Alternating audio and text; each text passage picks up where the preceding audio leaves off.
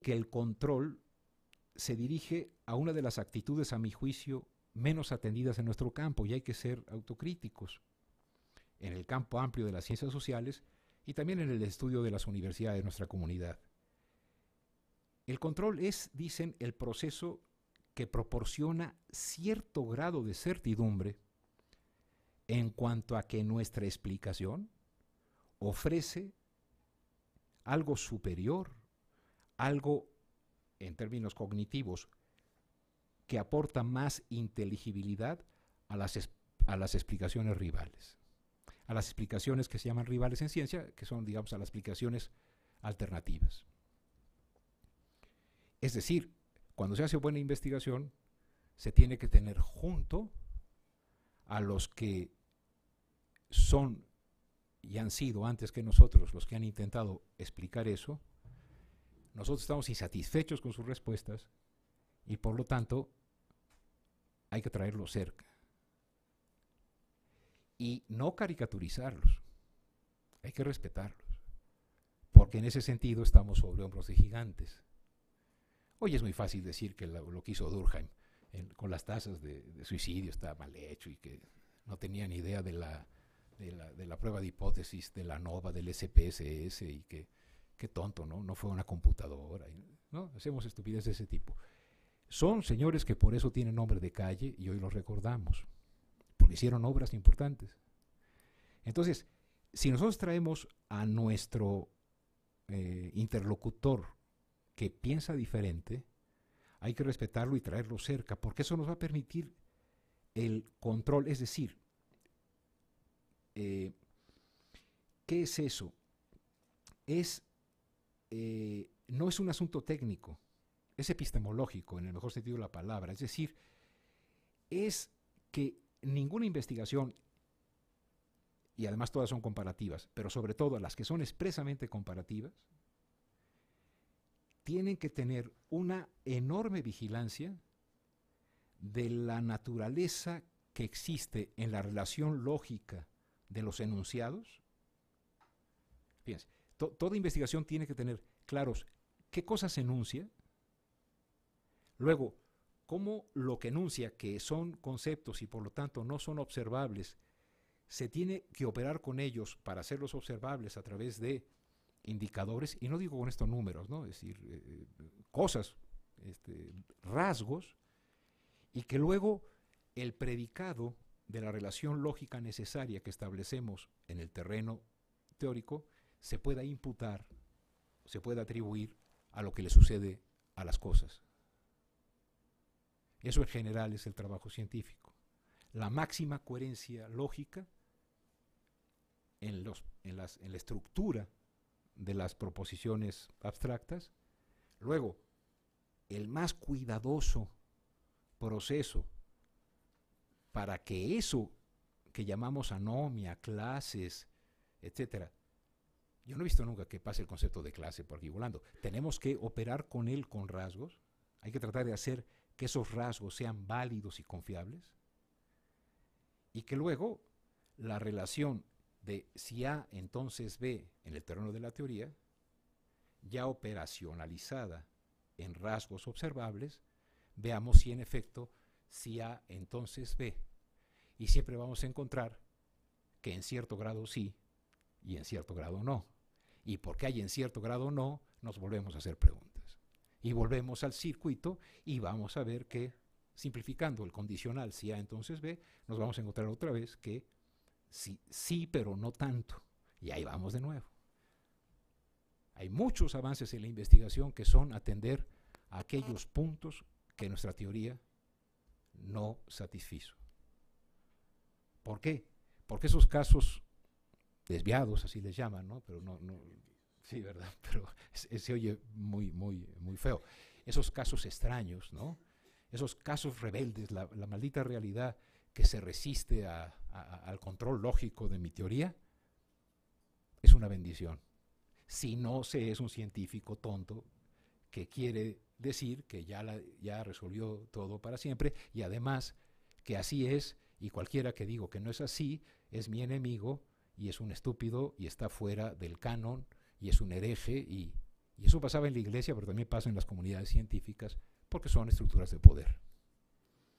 Entonces, si comparar, hemos dicho, tiene que ver con contexto, proceso, y eso hace a la comparación, el asunto es que eso hay que hacerlo con rigor lógico, mucha vigilancia en que lo que no es observable, al hacerlo observable, sea confiable y válido, y que luego lo que imputamos como relación causal, o por lo menos correlación o función o lo que queramos decir, se sostiene, y sobre todo que estemos dispuestos a saber que nunca será perfecta. Si es perfecta, entonces el problema era trivial.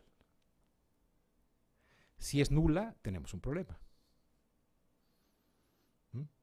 Pero correlación perfecta es la que más o menos todos los muertos han tenido ombligo, salvo Adán.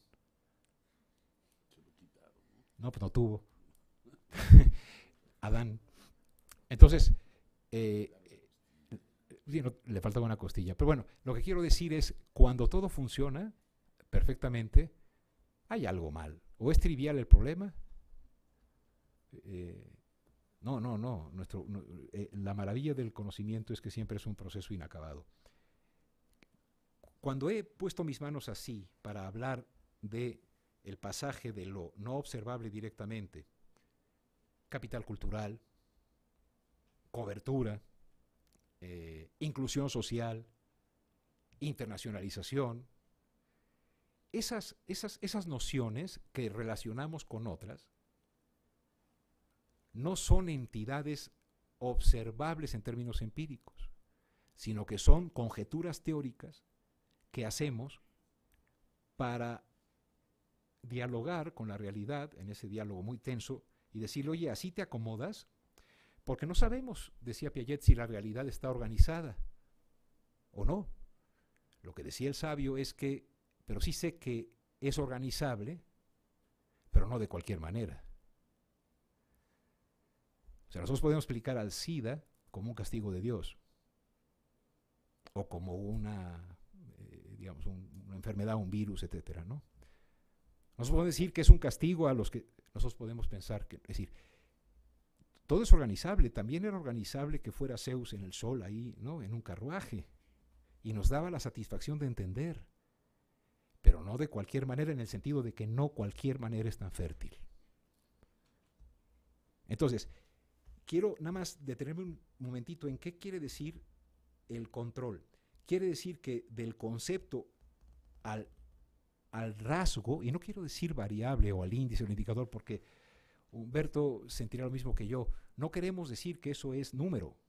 No, al rasgo que ustedes quieran, al testimonio del actor, a lo que ustedes quieran, si hacen investigación etnográfica. Pasar de ahí a acá es inescapable a la ciencia.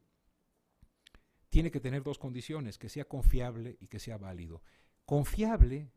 Válido quiere decir que el rasgo que elegimos tenga que ver con la noción.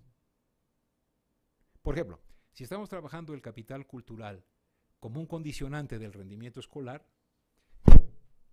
hay que operar con esta noción a través de rasgos. Creo que el tamaño del pie del sujeto con respecto al capital cultural no vale, no es válido. Pero la escolaridad de los padres puede ser. La trayectoria educativa previa. Es decir, hay que checar, hay que verificar. Este es un trabajo artesanal. La ciencia no es inspiración, es 98% de transpiración, ¿no? Y 2% de la suerte de que Humberto le dé a uno una buena idea comiendo, ¿no? Entonces, ahí hay que ver la validez del indicador. Y si el otro lado está el rendimiento escolar o la trayectoria escolar exitosa, hay que ver cómo se opera. Ponemos, digamos, cantidad de clases en que el tipo fue feliz. Híjole, no se puede ver, sería padrísimo, ¿no? Bueno, ok, porque también hay cosas que quisiéramos observar y no podemos. Hay que ser humildes. Entonces, bueno, calificaciones, algo tiene que ver, cantidad de reprobadas, algo tiene que ver, etc. Hay que ser conscientes de que tenemos que decirle a la comunidad de referencia y al público que nos hace favor de leernos que es válido el indicador que hemos usado, el rasgo, pero que también es confiable, es decir, que es un termómetro que mide siempre igual. Porque si lo pongo una vez y tiene una escala del 1 al 45 y en la siguiente me cambia la escala del 30 al 80, obviamente no hay confiabilidad. Para hacer investigación, y sobre todo para la investigación comparativa, expresamente comparativa, la confiabilidad y validez del pasaje de lo abstracto a lo concreto es indispensable. Y eso hace fértil a la comparación, no la relevancia del tema. Decía el profe Weber, perdón por citarlo tanto, se puede hacer investigación de muy buena calidad tanto de un convento como de un burdel, o de la pobreza o del deporte. No es el mérito del tema lo que hace a la buena investigación, sino su proceder. Entonces, acercándome a la parte en que quisiera que platicásemos, las comparaciones, ya sea implícitas o implícitas, me gustaría que esa frase nos quedase muy clara. Si resultado de una comparación que ustedes lean o que alguien les aporte termina en un juicio de valor, es decir, en una sanción normativa, huyan y platíquenselo a quien más confianza le tengan. No cuenten a 10, no es necesario. Simplemente váyanse. La ciencia no tiene como función regular, sino la ciencia social tiene como función entender. Y si acaso, sugerir por dónde pueden ir las cosas. Entonces, ya sea implícitas o implícitas las comparaciones, y son indispensables en el proceso cognitivo humano, lo es porque si no fuésemos capaces de poner en relación lo observable, una noción abstracta, con rasgos específicos, nosotros no podríamos pensar.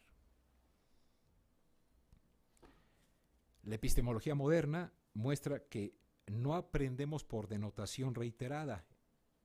Esto es un gato, es un gato, es un gato, es un gato. Ya aprendí, sí, gato, no. Nosotros aprendemos por una capacidad reflexiva de establecer notas relativamente invariantes que asociamos a una multitud de ejemplares de ese conjunto. Las propias decisiones que desde muy pequeños vamos tomando son en su núcleo resultado de comparaciones. Rapidísimo, una comparación. Los niños en los estudios psicogenéticos de Piaget, de repente les ponían, ellos no pueden caminar ni gatear, están así en esa posición de alcancía que todos pasamos, ¿no? Ya nos podemos sentar, pero no movernos. Y les ponen juguetes atractivos cerca y un bastón o un palo, ¿no? Que con una bolita así. Y juegan con el palo y tal, porque no tienen cómo jugar con él. Y de repente, jalaron un... No, pues a la siguiente lo intentan. No es fácil, pero de repente agarran el mecanismo y jalan los juguetes, ¿no? Y lo que es prodigioso es que una vez que lo hacen, de repente ven la luna y le hacen así. ¿Por qué?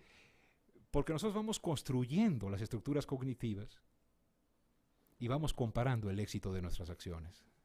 El conocimiento no surge de la cabeza, surge de la acción. Los problemas interesantes en los estudios sobre la educación superior no surgen de los libros, surgen de la educación superior, de la acción que ocurre en la educación superior, informada luego por los textos. Aún en los casos, por ejemplo, de racismo o sexismo, dicen los autores, hay una evidente comparación, pero sesgada y normativa a favor de uno de los elementos. En el caso de la educación, por ejemplo, al estudiar trayectorias o rendimientos académicos, estamos siempre comparando, controlando, le decimos, ¿verdad?, técnicamente, por sexo, por origen social, por escuela de procedencia. Todo eso es comparativo y controlado. Pensar que podemos describir algo, o como se dice en las tendencias llamadas posmodernas, que más bien yo creo que son preinformadas, si pensamos que podemos ir a la realidad sin hipótesis, así, y que la realidad nos hable y nos diga, ¿no? Esa especie de pureza de la tabula rasa aristotélica, ¿no? Esas cosas de, a mí, a mí la realidad me dijo, ¿no? Que es tan parecido a cuando a mí la máquina, los datos me dijeron, no, los datos no hablan, es uno el que interpreta.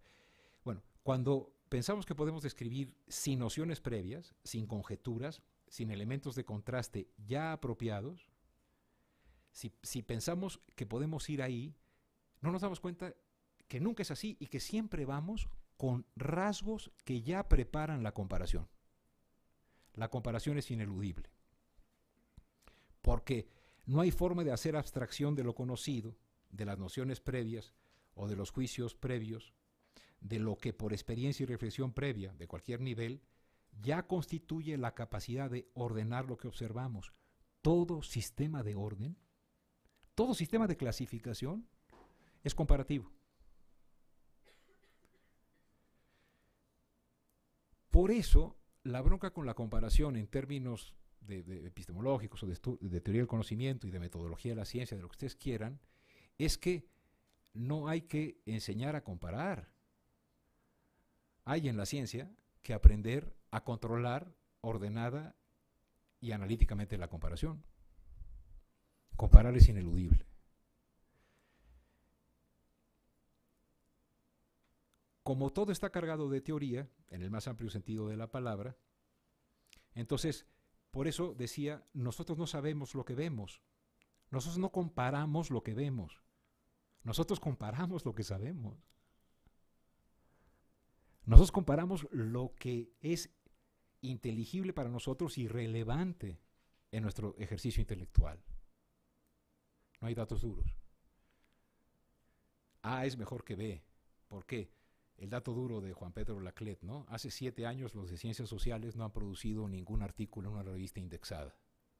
Y los de las ciencias duras sí, comparación. Oiga, señor Laclet, ¿qué revistas se estudiaron? Ah, pues los de las ciencias naturales. Ah, está bien. Le dije, pues no se vale, ¿no? Y entonces me dijo, lo que pasa, profe, es que usted le pasa lo que a todos. Todos están contra el SNI y contra estas cosas hasta que son SNI 3, ya que lo son, entonces ya todos están de acuerdo. Y le dije, pues mire que a mí que por error desde hace un año me pusieron nivel 3 y no me ha pasado eso. En los rankings, en las comparaciones, en lo que llaman datos duros, muchas personas lo que hay son una durísima constelación y amalgama de prejuicios, ignorancia y altanería. Con eso no se hace investigación. La investigación se hace con humildad, con trabajo, con estudio y con respeto por los otros. Ahora, como al describir elegimos qué describir y al dar cuenta de algo estamos orientados a establecer líneas de atención específicas, porque sin ello la cantidad de información recibida es caótica, ordenar implica comparar y, para colmo, toda forma de medición es comparativa. Medir tiene mala fama porque oímos medir y pensamos en que se asocia con ponerle un numerito a algo, ¿no? Pero si entendemos medir como comparar un objeto, digamos mi extensión física hacia arriba, la que llamamos estatura, con 1 metro, y el resultado, como en mi caso, es 1.97, ¿no? Ok. Nadie se rió. Bueno, no soy Bolt, ¿no? No sé si me han confundido con este señor Bolt, no. Tampoco eres moreno.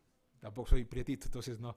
Bueno, qué feo dije, ¿verdad? Ok, ahí hay un sesgo horrible. Bueno, si yo comparo mi estatura con el metro y obtengo un número, no significa que en mi cuerpo, si me desmenuzan, haya centímetros, ni kilos, ni gramos. No, estamos usando un parámetro. Y tampoco es correcto medir 1 metro, 1.20 m. No es noción de bueno o malo. Es un hecho que la comparación permite con un parámetro fijo. Podemos entonces medir, es decir, comparar los grados de democracia de un país, pero tenemos que hacerlo fijándonos en ciertos rasgos y atendiendo a su contexto. El tipo de movimiento estudiantil, ustedes van a tener todo un módulo sobre movimientos estudiantiles. Bueno, hay que tratar de entender que los movimientos estudiantiles, las trayectorias académicas, pues no son, no tienen una esencia. Si llamamos igual al movimiento estudiantil chileno con el Yo Soy 132, tenemos razón en tratar de estudiar a ambos, pero no podemos decir el movimiento estudiantil es esto y todo lo que se separe de lo que yo digo que es, no es movimiento estudiantil. No. ¿Qué podemos hacer? Entonces, les quisiera proponer, por último, el empleo del sistema que a mí más me ha dado resultado en los trabajos de investigación que he hecho y que a mis colegas les parece que son los que prometen como un grado de fertilidad mayor.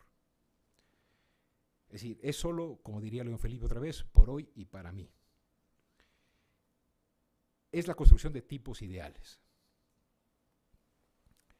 Mucho cuidado con la palabra ideales. No son ideales en términos de deseables. No son ideales en términos de qué es lo que debería ser. No son normativos. Lo de ideales viene de idea. ¿No? ¿Qué quiere decir esto? Si yo quiero comparar a A con B, puedo tomar a A y fijarlo y decir en qué es diferente de B en su contexto. Puedo avanzar, pero me queda A, digamos, como un parámetro de algo que yo quiero también entender en su especificidad. Entonces, ahí mi comparación queda un poco coja, porque puedo decir qué caracteriza a B más que lo que caracteriza a A. En cambio, si está A y está B o C, y yo construyo, por ejemplo, una noción de movimiento estudiantil estrictamente racional, es decir, no lo que debería ser, sino, a ver, un movimiento estudiantil, digamos, tiene que estar formado por estudiantes exclusivamente, deben tener de 19 a 23 años de edad, no deben tener reprobadas. Si construyo una cosa imposible en términos de su concreción en la realidad, pero estrictamente racional, de cálculo medios fines, debe tener reivindicaciones académicas, no debe tener contacto para ser estudiantil con ningún otro movimiento.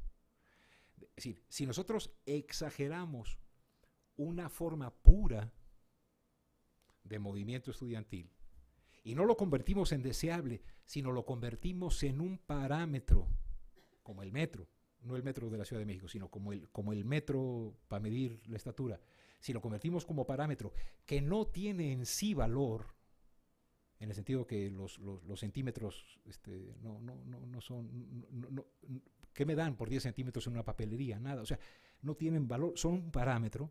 Si agarro ese tipo ideal de movimiento estudiantil y veo el mexicano, el chileno, el 68, el de la huelga del 99, ¿99? Sí, ¿verdad? Perdón, me falla la fecha.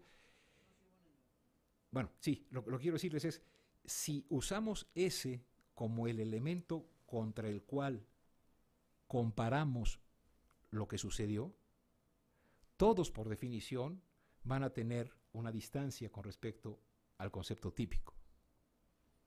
Por definición. Y entonces la investigación comparativa consiste en explicar y comprender por qué A, B, C o D fueron así y no de otra manera. Y todos tienen como referencia al concepto típico ideal para tener un referente en común que nos permita medir la distancia y de repente decir, a ver, aquí hay muchos más movimientos que se agregaron otros movimientos sociales. En este no. En el 68 no hubo una demanda académica. En el CEU, sí, ¿no? En el CGH también. Y empezamos a ver semejanzas y diferencias, y podemos, lo que tenemos que explicar no es por qué, quién está más distante, quién ganó, quién está más cerca, no, sino la razón social de la distancia. O sea, los elementos que hicieron que fuese así y no de otro modo. Entonces, ese sistema de poner un dispositivo para la profesión académica, para la cobertura, para el tipo de universidad, lo que implica es que hacer comparaciones, hacer inteligible los cursos de acción específicos. No constatar banalmente a qué distancia están, porque eso sería simplemente aplicar una regla. Entonces, me parece que en la investigación comparativa, con todo lo que ya hemos dicho, dado que se tienen que decidir dimensiones y ejes y tener en cuenta el contexto, escribí, sin duda van a perderse detalles, porque la ciencia no es novela, pero se va a ganar en la precisión en el análisis. No quiero decir con esto que la narración o situaciones específicas no sean necesarias, pero incluso esas tienen sentido en la medida en que están incluidas en sistemas de análisis teóricamente afirmados y preñados de sistemas de comparación ordenados y con sistemas de control, de vigilancia epistemológica y también de imaginación cierta, pero no desbordada. Ya lo decía Goethe, gris es toda teoría, verde es el árbol de la vida. Bienvenidos al gris. Gracias.